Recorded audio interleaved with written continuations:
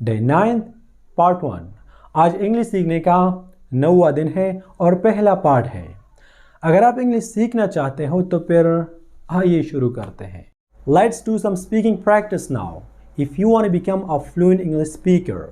तो आइए अब कुछ स्पीकिंग प्रैक्टिस करते हैं, अपने स्पीकिंग पर प्रैक्टिस करते हैं। और स्पीकिंग प्रैक्टिस के लिए हम आपसे हर रोज़ एक जादुई क्वेश्चन करेंगे, जिससे आपका स्पीकिंग एबिलिटी जो है वो बहुत ही पावरफुल होगा और बहुत कम वक्त में आप एक फ्लुएंट स्पीकर बन जाओगे। तो वो क्वेश्चन है, Hey brother or sister, could you please tell us how was your day? Or what did you do yesterday? How was your day? इसके माने है कि आपका कल का दिन कैसे था। What did you do yesterday? या What did you do yesterday? आपने कल क्या किया। अब यहाँ पर आपको सबसे पहले ये काम करना होगा कि हमने आपको जो सेंटेंसेस, जो जुमले दिए थे How was your day और What did you do के बारे में कल के लेसन में, इससे पहले वाले लेसन में, तो अब आपने ऐसा करना है कि इस वीडियो को आपने पॉज करना है। पॉज के माने है वीडियो को ऐसा करना, तो इसको कहा जाता है पॉज।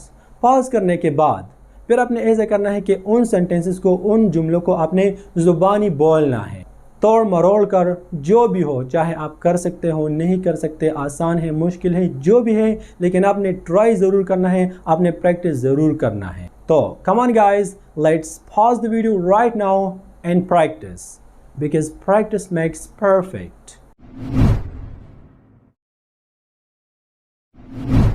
मुझे पूरा यकीन है गाइस कि आपने बिल्कुल ऐसे ही किया होगा जैसा कि हमने आपसे कहा। अब यहाँ पर सेकंड नंबर पर आपका दूसरा काम ये होगा कि आपने इस वीडियो को पॉज करना है अगेन और आपने बातें करनी है इंग्लिश में। लेकिन किस चीज़ के बारे में? अपने कल के बारे में। कल आपने जो भी किया, आपने नमाज पढ़ा, खाना खाया, चाय पी, या आपने फिर जो भी किया, तो उसके बारे में आपने इस वीडियो को पॉज करना है अभी, राइट नाउ, और उसके बारे में आपने इंग्लिश में बातें करना है। 3-4 सेंटेंसेस बोलो, 5-6 बोलो, जो भी हो, लेकिन उसको आपने इंग्लिश में एक्सप्लेन करना है। चाहे आप सही करते हो, गलत करते हो, लेकिन आपने ट्राई ज़रूर करना है। तो come on guys, pause the video again and let's talk about your yesterday. Whatever it is, just give it a shot, give it a try.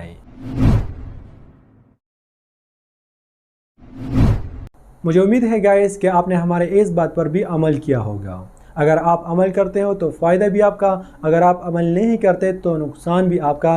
लेकिन हमें बहुत खुशी होगी जब आप इंग्लिश सीखो और आप एक फ्लुएंट इंग्लिश स्पीकर बनो। तो यहाँ पर आपको थर्ड नंबर पर तीसरा काम ये करना होगा कि आपने इस वीडियो को पॉज करना है अगेन, वंस अगेन, और क्या करना है? Self introduction. हमारे पहले लेसन में हमने आपको सेल्फ इंट्रोडक्शन सिखाया था। तो इस वीडियो को पॉज करो और अपना इंट्रोडक्शन, अपना तारुफ इंग्लिश में करो। लेकिन हर बार एक ही इंट्रोडक्शन बोरिंग लगता है। अपने हिसाब से आप इसमें चेंजेस कर सकते हो। थोड़ा फ्लुएंट बोलो और कॉन्फिडेंस के साथ। So guys, let's pause the video and introduce yourself.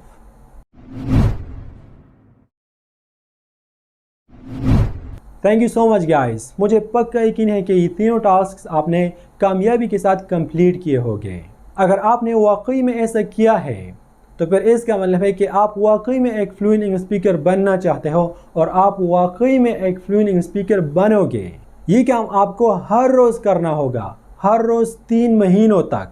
और अगर आप इसे जारी रखते हो तो 3 महीनों के बाद आप अपने आप पर फ़ख्र महसूस करोगे। आप इतना कुछ सीखोगे, इतना कुछ सीखोगे जितना कि लोग 3 सालों में भी नहीं सीखते। अब आइए कुछ नए सीखते हैं और एक नए टॉपिक पर बात करते हैं। Could you please tell us how was your day? या what did you do yesterday? It so happened that के माने है कि ऐसा हुआ कि, जैसे कि हम उर्दू में बातें करते हैं और हम बोलते हैं कि कल ऐसा हुआ कि, तो इंग्लिश में आपको कहना होगा It so happened that yesterday a dog ran after me. एक डॉग, एक कुत्ता मेरे पीछे भागा। A dog ran after me. I tried to run, but मैंने भागने की कोशिश की। I tried to run, but I could not run. लेकिन मैं दौड़ नहीं सकता था। I could not run के माने है कि मैं दौड़ नहीं सकता था। Unfortunately, बदकिस्मती से, unfortunately के माने है कि बदकिस्मती से। The dog bit my foot, कुत्ते ने मेरा पाँव काट लिया। The dog bit my foot, I was so scared, और मैं बहुत डर गया था। तो कल जब हम हमसे पूछे कि how was your day, what did you do yesterday, तो आपको कहना होगा it so happened that yesterday a dog ran after me, I tried to run but I could not run, unfortunately the dog bit my foot, I was so scared. अब इसको आपने by heart याद करना है, ज़ुबानी इस पर practice करना है, और इसमें आप ख़ुद के सेंटेंसेस भी शामिल कर सकते हो। अगर आप ऐसा करते हो तो फिर आपको बहुत ज़्यादा फ़ायदा होगा। और इसके साथ साथ आज आपने जो भी किया या आप जो भी करते हो तो इसके बारे में भी आपने कल आने वाले लेसन में इंग्लिश में बोलना होगा कि मैंने ये किया, मैंने वो किया, यहाँ गया, वहाँ गया। तो अच्छा ये होगा कि आप इसके बारे में भी सोचो कि कल मुझे क्या कहना होगा, मुझे इसके बारे में बात करनी होगी, उसके बारे में। अब आइए नेक्स्ट पार्ट की जानिब, पार्ट 2 की जानिब। Vocabulary, words, antonyms. Beautiful, beautiful के माने हैं आपको पता है खूबसूरत। अगली, अगली के माने हैं बदसूरत। She is a beautiful girl, वो एक खूबसूरत लड़की है। She is a beautiful girl. No, she is an ugly girl, नहीं वो एक बदसूरत गर्ल है, लड़की है। रिमेंबर, याद रखना, सॉरी या रिमेंबर के माने है याद रखना। फॉरगेट, फॉरगेट के माने है भूल जाना। आई डोंट रिमेंबर, मुझे याद नहीं। आई फॉरगॉट दैट, मैं भूल गया, मैं उस वाला चीज़ को भूल गया। I forgot that. क्वेश्चन, सवाल। आंसर, जवाब या आंसर, जवाब। मे आई आस्क ए क्वेश्चन, क्या मैं एक सवाल पूछ सकता हूँ? May I ask a question, can you answer my question, क्या आप मेरे सवाल का जवाब दे सकते हो? Can you answer my question? Swim, swim के माने हैं तैरना। ड्राउन, ड्राउन के माने हैं डूबना, पानी में डूबना। I can swim in the river, मैं दरिया में तैर सकता हूँ। I can swim in the river. The ship drown in the sea, समंदर में कश्ती डूब गई।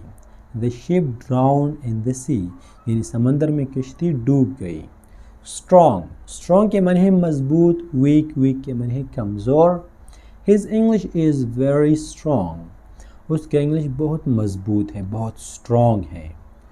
His English is very strong. Your son is very weak, आपका बेटा बहुत कमज़ोर है। Your son is very weak.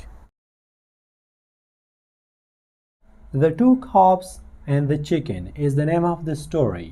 The two calves and the chicken. याद रखना कि CLAVES ये calves नहीं है, ये है calves। मेरे साथ पढ़िए, calves। और ये प्लूरल फॉर्म है CALF का, calf का। और ये क्या हो जाता है? बिचड़ों को। calf बिचड़ा, calves बिचड़े। And the chicken, और chicken मतलब मुर्गा। Once upon a time एक दफ़ा का जिक्र है। Once upon a time, मेरे साथ पढ़िए। There lived two calves and a chicken in a house. एक घर में दो बिचड़े और एक चिकन रहा करता था। There lived two calves and a chicken in a house. The owner of the house treated the chicken well and gave him the best food to eat. The owner of the house, घर का मालिक जो था, treated the chicken, chicken के साथ बर्ताव करता था। well, यानी चिकन के साथ, मुर्गे के साथ अच्छा बर्ताव करता था। and gave him the best food to eat, और उसको बेहतरीन खुराक देता था खाने के लिए। The two calves were made to work hard in the fields. और घर का जो मालिक था वो इन दो बिचड़ों से बहुत ज़्यादा काम लेता था, फील्ड्स में यानी खेतों में। The two calves were made to work hard in the fields the whole day, सारा दिन। And they were given grass and hay to eat, और उसको grass, यानी ये घर का जो मालिक था, उनका जो मालिक था, वो इन बिचड़ों को, इन calves को सिर्फ और सिर्फ grass यानी घास देता था, and hay और भूसा देता था, to eat ताकि वो इसे खा सके। The younger calf said, जो younger यानी छोटा काफ जो था, बेचड़ा जो था, उसने कहा Why should the chicken get all the comforts? Chicken को, इस मुर्गे को इतना कंफर्ट, इतना सहूलत क्यों देना चाहिए? When we work hard the whole day, जब हम सारा दिन मेहनत करते हैं। When we work hard the whole day, तो फिर क्या होता है, आइए देखते हैं। The elder calf said, जो बड़ा काफ था, बड़ा बिछड़ा था, उसने कहा Never envy anyone as you don't know what price it had to pay for all the comforts. Never envy, जो बड़ा बिछड़ा था, उसने कहा कि never envy, कभी भी हसद ना करो, anyone, किसी के साथ भी, as you don't know, जब आपको पता ना हो, what price it had to pay for all the comforts, कि इन comforts के लिए, इन सहूलियात के लिए इसको कौन सा कीमत अदा करना होगा। Soon, बहुत जल्दी, the daughter, बेटी, daughter के मानी है बेटी, of the house नहीं, of the house owner, यहाँ पर एक मिस्टेक है, is going to get married, वो शादी होने जा रही है, मतलब उसकी शादी हो रही है। And the chicken will be killed for meat, और चिकन को मार दिया जाएगा, उनको ज़िबा किया जाएगा उसकी मीट के लिए, उसकी गोश्त के लिए।